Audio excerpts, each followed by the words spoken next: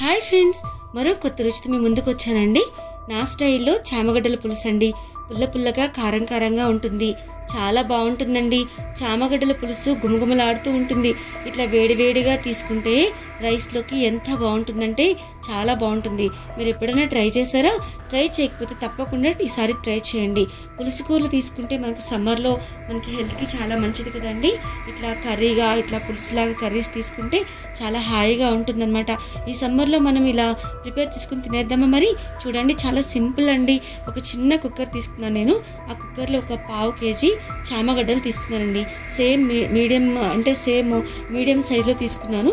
వీటిని జస్ట్ నేను ఇట్లా కుక్కర్ పెట్టేస్తున్నానండి. కుక్కర్కి 2 విజిల్స్ వచ్చేంత వరకు వెయిట్ చేద్దాము.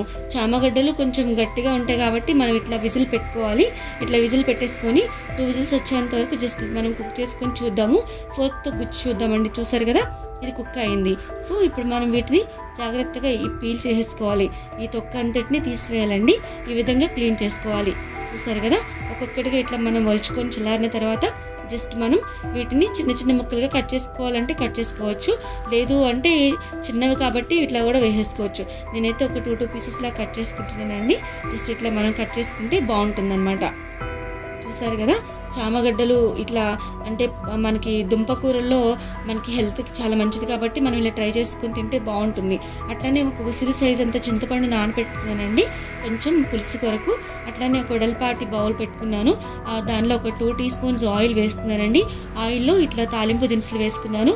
తాలింపు దినుసులు అంటే ఇట్లా ఎండుమిర్చి, అట్లనే పచ్చిశనగపప్పు, ఆవాలు, జీలకర్ర వీటన్నిటిని జస్ట్ ఇట్లా వేయించుకోవాలి. ఇట్లా వేగిన తర్వాత ఒక 2 ఆనియన్స్ స్ట్రైట్గా కట్ చేసుకొని ఇట్లా వేస్తున్నానండి. ఆనియన్ కూడా ఇట్లా వేయించుకోవాలి. అట్లాగే కరివేపాకు కాస్తంత వేసేసుకొని ఈ విధంగా మనం వేయించుకోవాలన్నమాట. ఇట్లా గులాబీ రంగు వచ్చేలాగా ఆనియన్ని వేయించుకోవాలి. ఇలా వేయించుకున్న తర్వాత జింజర్ గార్లిక్ పేస్ట్ ఒక 1 టీ స్పూన్ వేస్తున్నానండి. కొంచెం అట్లానే దంచిన గార్లిక్ వేస్తున్నానండి. ఇట్లా గార్లిక్ వేసుకోవడం వల్ల మంచిగా ఉంటుంది. సో ఇట్లా వేసుకున్నాం. అట్లాగే మనం ముందుగా ఉడికించి పెట్టుకున్న చామగడ్డలు వేసేసుకున్నానండి. ఈ చామగడ్డలు కూడా వేసేసుకొని కాస్తంత టర్మరిక్ పౌడర్ వేసుకొని ఈ విధంగా పచ్చివాసన పోయేలాగా జస్ట్ ఇట్లా మనము ఆయిల్లోని ఇట్లా మగ్గే విధంగా తిప్పుకోవాలన్నమాట.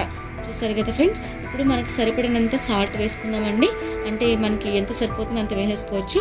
అలాగే మనం ఇప్పుడు రెడ్ చిల్లీ పౌడర్ కూడా ఒక 1 టీ స్పూన్ వేస్తున్నానండి నేను. ఇట్లా ఇవన్నిటిని వేసుకొని జస్ట్ ఇట్లా పచ్చివాసన పోయేంత వరకు జస్ట్ ఇట్లా వేయించుకోవాలి. చూసారు కదా, ఇట్లా అడుగంటకుండా జాగ్రత్తగా మనం ఇట్లా వేయించుకోవాలి.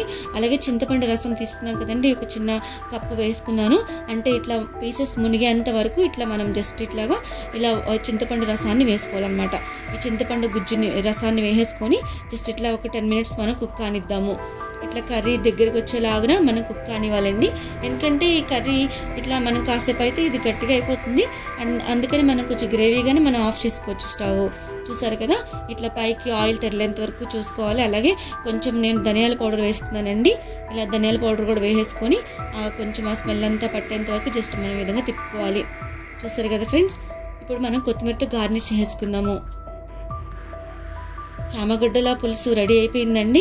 ఇట్లా మనం పుల్లగా కారంగా ఇట్లా మనం కర్రీ తీసుకుంటే బాగుంటుంది. అట్లనే రైస్లోకి, అట్లనే పుల్కాలోకి, చపాతీలోకి కూడా ఈ కర్రీ ఎప్పుడు తప్పకుండా బాగుంటుందన్నమాట. మీకు నచ్చినట్లయితే మన ఛానల్ని లైక్ చేయండి, షేర్ చేయండి, సబ్స్క్రైబ్ చేసుకోండి. మీరు ఫస్ట్ టైం చూస్తున్నట్లయితే మీ కామెంట్స్ని మాకు తప్పకుండా తెలియచేయండి. Thanks for watching. Please like, share and subscribe.